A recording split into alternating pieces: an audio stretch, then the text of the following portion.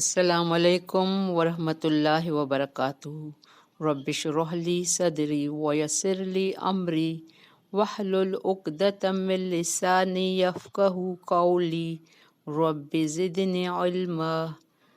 آمین الہی آمین۔ اللہم صلی علی محمد وعلی آل محمد کما صلیت علی ابراہیم وعلی آل ابراہیم انک حمید مجید۔ اللہم بارک علی محمد وعلی آل محمد کما بارکت علی ابراہیم وعلی آل ابراہیم انک حمید مجید۔ آج کی تجوید اسٹارٹ کر رہے ہیں آیت نمبر 173 سورۃ البقرہ میں۔ بار بار بتاتی رہتی ہوں، اس میں احکام ہیں، اور جو مشرکین اور کافروں نے، یہود نصارہ نے نافرمانیاں کی تھیں، ان کا بھی ذکر ہے۔ تو ہمیں ان باتوں پر دھیان دینا چاہیے جس میں یا ایھا الذین آمنو کر کے پکارا گیا ہے، یا ایھا الناس، اس میں ہم سب کو خطاب ہے، کوئی حکم مل رہا ہے تو ہمیں اس وقت الرٹ ہونا چاہیے کہ اللہ ہمیں کیا حکم دینا چاہتا ہے، کیونکہ ہم اللہ کے بندے ہیں۔ بندے کی معنی ہے غلام، اور غلام اپنے آقا کا ہر وقت سرنڈر رہتا ہے کہ مجھے جو حکم ملے میں وہ بجا لاؤں۔ ہم نے اللہ سے عہد الست کر رکھا ہے کہ اے اللہ تو میرا اللہ ہے، میں تیرا بندہ ہوں، اب تو مجھے جو حکم دے گا میں وہ پورا کروں گا۔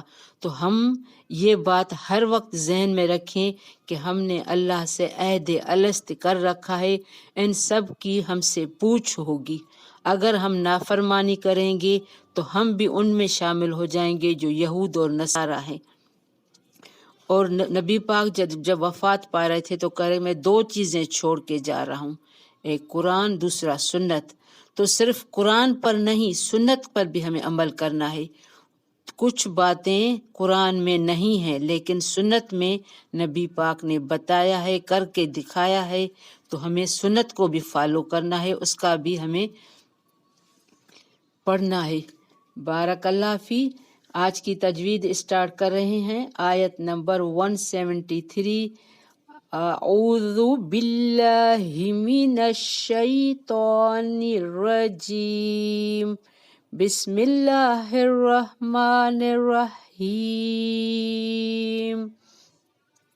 انما حرم، جب بھی شد ادا کریں پیچھے لفظ سے ملا کے ہر، اب یہاں حرم ہے، بہت سے لوگ کیسے حرم، نہیں، شد آ رہا ہے تو اس کو خاص اپلائی کرنا ہے۔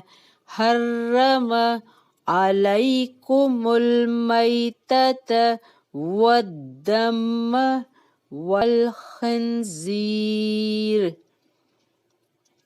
وما أهل به لغير الله فمن اضطر غير باغ ولا عاد فلا إثم عليه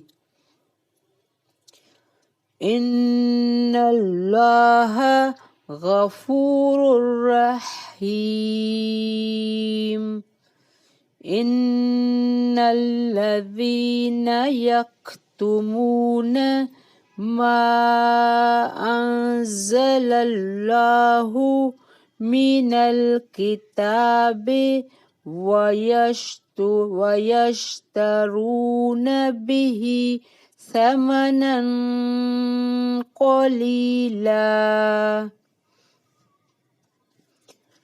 اولئک ما یأکلون فی بطونہم الا النار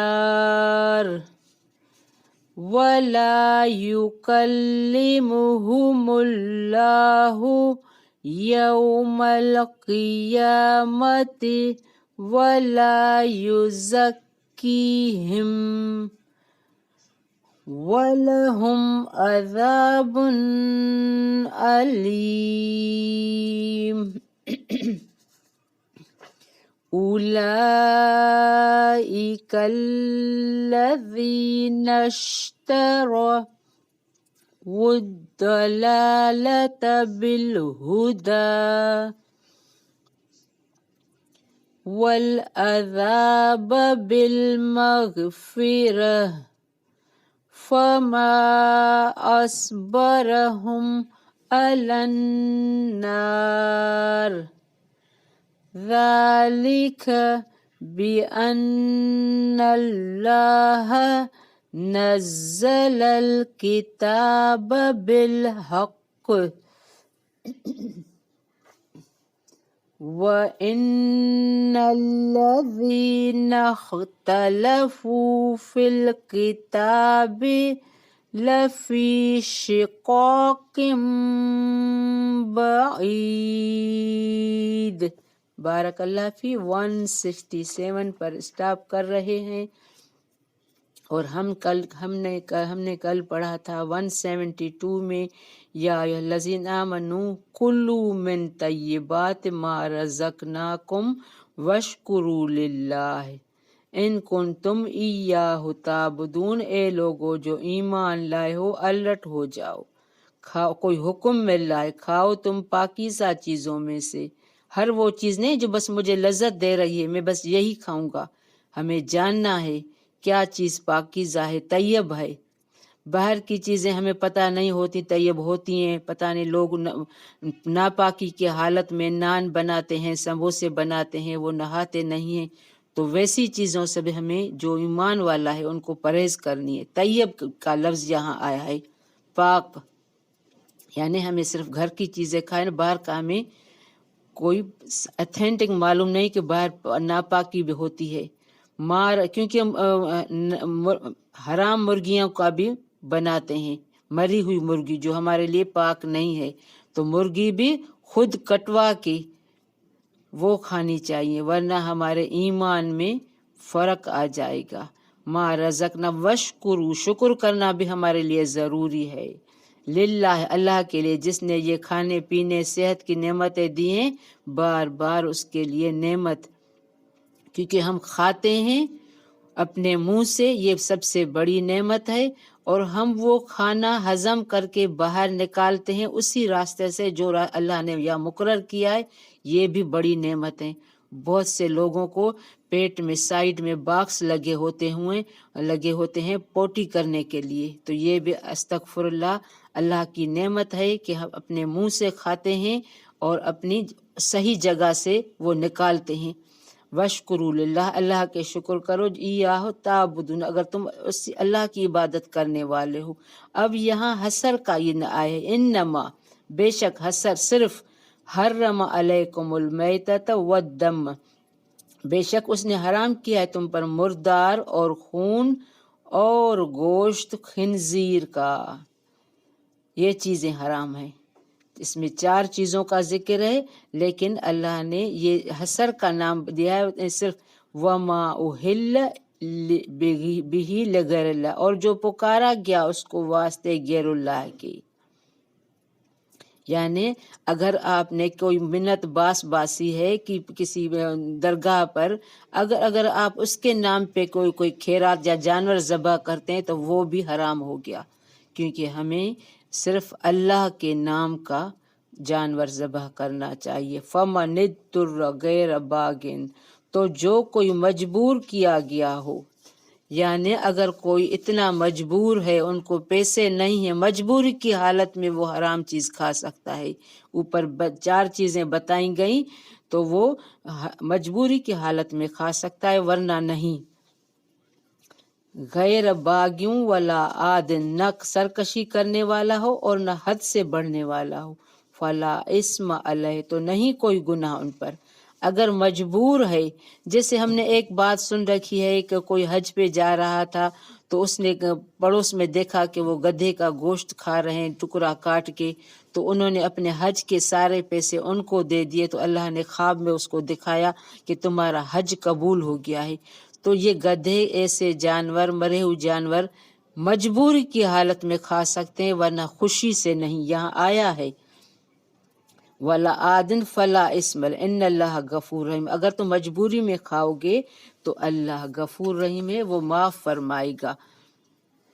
اس آیت میں 4 چیزیں حرام کردہ ہیں، لیکن کلمہ حصر سے بیان کیا گیا، جن سے ذہن میں آتا یہ شبہ پیدا ہوتا ہے کہ حرام صرف یہ 4 چیزیں ہیں، جبکہ ان کے علاوہ بھی کئی چیزیں حرام ہیں۔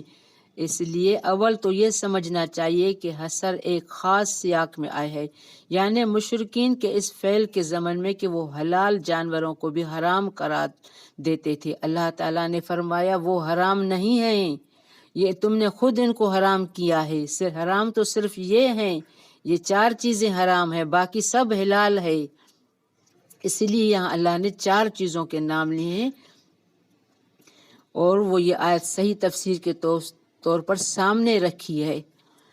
مردہ سے مراد وہ حلال جانور ہیں جو بغیر ذبح کیے طبی طور پر یا کسی حادثے سے، جس کی تفصیل سورۃ مائدہ میں آ چکی ہے، مر گیا ہو، یا شرعی طریقے کے خلاف اس سے ذبح کیا گیا ہو، مثلا گلا گھونٹ دیا گیا جائے، یا پتھر یا لکڑی وغیرہ سے مارا جائے، یا جس طرح آج کل مشینی ذبح کا طریقہ ہے جس سے جھٹکے سے مارا جاتا ہے۔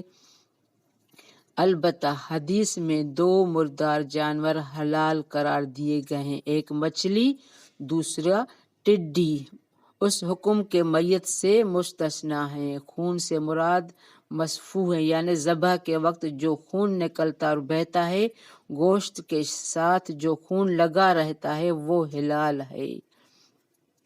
تو ہم نے یہاں کیا سیکھا؟ صرف یہ 4 چیزیں حرام ہیں، وہ بھی جس کو اللہ نے قرآن میں کہا ہے، ان الذین یکتمون ما انزل اللہ من الکتاب، بے شک وہ جو چھپاتے ہیں اسے جو نازل کیا اللہ نے کتاب میں سے۔ اب اللہ نے اوپر جو احکام بتائے ہیں، یہ جو ان کے جو پجاری تھے مشرکین کے، وہ یہ احکام چھپاتے تھے، وہ ان کو منع نہیں کرتے تھے کہ تم جو کر رہے ہو اس کو بتوں کے نام جانور ذبح کرتے ہو تو یہ حرام ہے۔ تو اللہ نے کہا یہ جو چھپاتے ہیں، جو اللہ نے نازل کیا ہے قرآن میں جو باتیں، وَيَشْتَرُونَ بِهِ ثَمَنًا قَلِيلًا، اور وہ لیتے ہیں بدلے اس کے قیمت تھوڑی۔ علم چھپانا سب سے بڑا گناہ ہے، اور علم سب سے بڑی دولت ہے۔ اگر ہم لوگوں تک صحیح نہ علم پہنچائیں گے تو یہ قیامت کے دن ہم سے پوچھ ہوگی اور آگ کی لگام ہوگی اس عالم میں کے منہ میں جو انسان کو صحیح تعلیم نہیں دیتا، لوگوں سے ڈرتا ہے، لوگوں کی خوشی کے لیے ان کو غلط تعلیم دیتا ہے۔